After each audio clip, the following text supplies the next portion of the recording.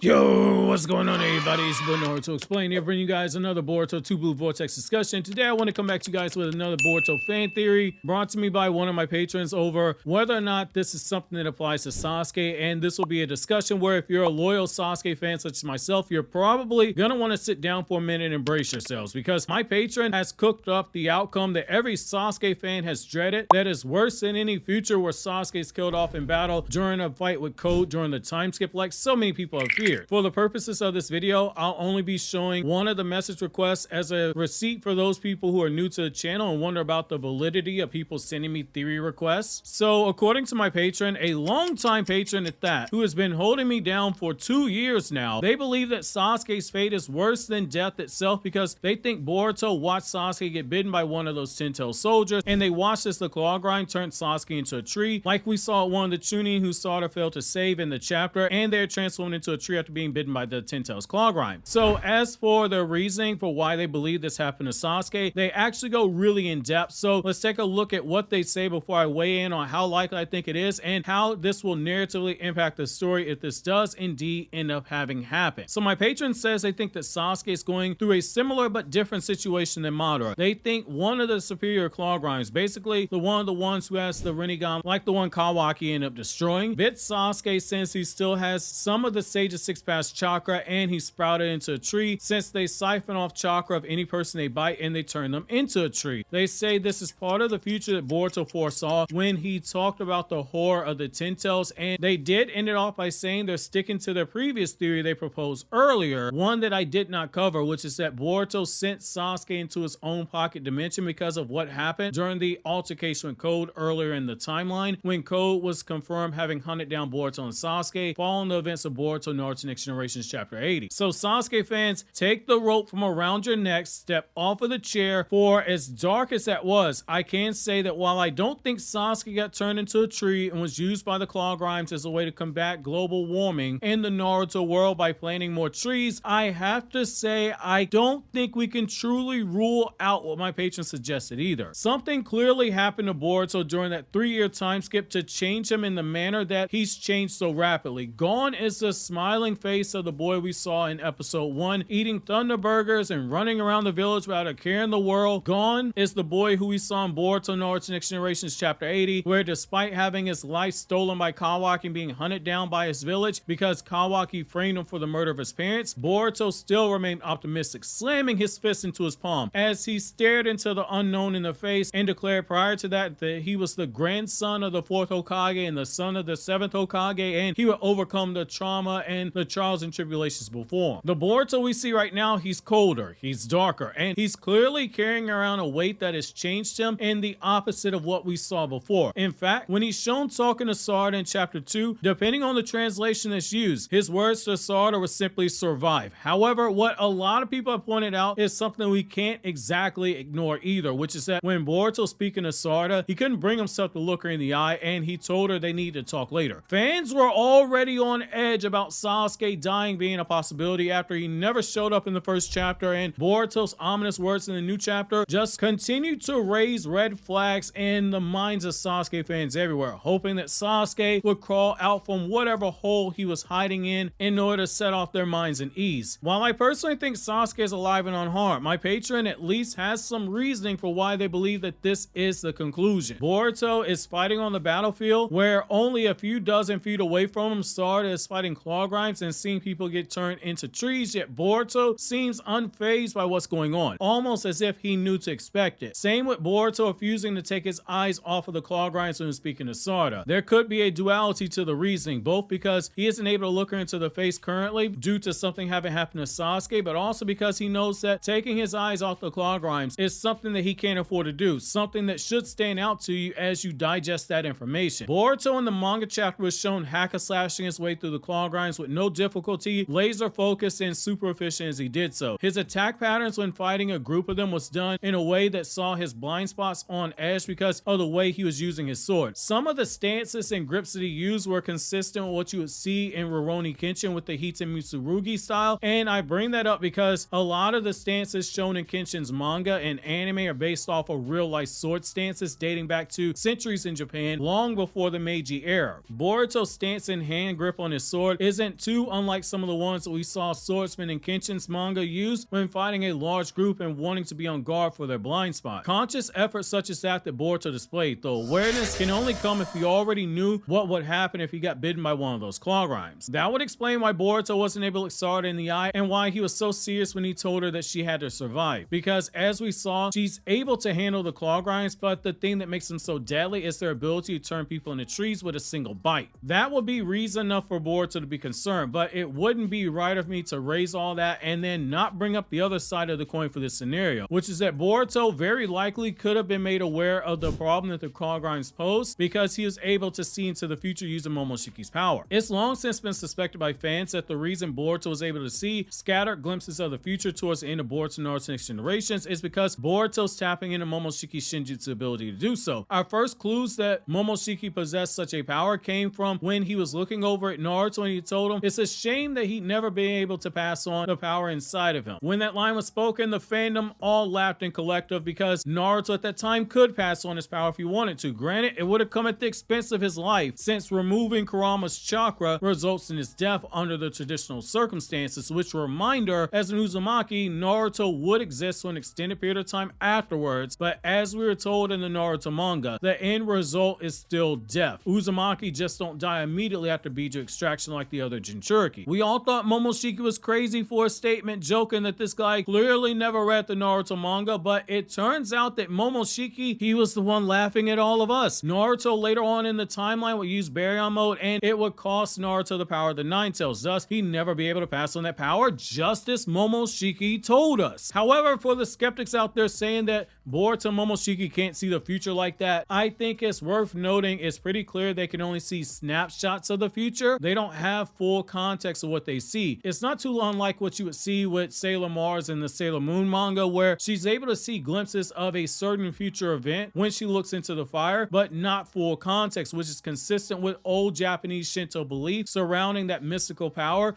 of being able to see into the future. And as we all know, Masashi Kishimoto as a writer is quick to use those influences. This is why Momoshiki was able to tell Boruto after bringing him back from death following Kawaki killing him that he couldn't see why that moment came to pass when Boruto would lose everything, only that it was coming soon and it would make Boruto suffer. When he first gave Boruto the prophecy following Boruto getting the karma seal placed onto him, he said that those blue eyes would take everything away from you, and the fandom thought that it was Boruto's blue eyes because of how Viz Media translated it, when in reality it was Ada's Senrigan, which is why Momoshiki started laughing at Boruto once the Shinjutsu was casted. He just couldn't see the full details of what happened, only glimpses. This power doesn't include the ability to see one's own fate. That much proves true given that Momoshiki was unaware Boruto's gonna be the one that killed him off, and that's actually something super consistent when you look at this trope. People that can see into the future oftentimes don't see their own demise. So while it's possible that Boruto might have seen Code's claw grinds turning people into trees when he saw a glimpse in the future by using Momoshiki's Shinjutsu, it's also possible that Boruto saw Sasuke get bitten. I won't lie, I'm going to be hella annoyed, and I said as much in my Pateron Discord server following the release of the chapter. I started getting suggestions on this topic. I said if Sasuke's a tree, we riot. It's so much of a troll move that I'm even scared to consider this a possibility because we can't rule it out, which brings me to the next point that my patron said, which is Boruto sealing Sasuke into a pocket dimension in order to protect him. If Boruto did that, he'd be mirroring Kawaki, who sealed away Naruto in